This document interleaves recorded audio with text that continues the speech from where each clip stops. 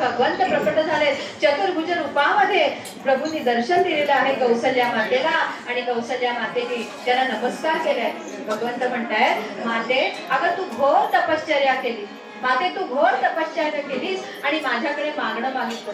काय मागणं मागितलंस की तुम्ही माझ्या पोटी पुत्र म्हणून जन्माला यावं असं मागणं तुम्हाला। माध्यानीची वेळ होती, सूर्यदेव अगदी माथ्यावर आलेले होते आणि सूर्यदेव म्हणतात अरेच्या माझ्या वंशामध्ये सूर्यवंशामध्ये भगवंत जन्माला येणार आहे, जन्म घेणार आहे, तेव्हा मला त्यांचं दर्शन घ्यायलाच पाहिजे। म्हणून क्षणभर सूर्य भगवान सुद्धा आकाशात स्थिर झालेले आहेत आणि भगवंतांचं दर्शन घेत आहेत। तू म्हणणार आहेस चैत्र मास त्यात शुद्ध नवमी तिथी गंधयुक्त तरी वात उष्ण हे किती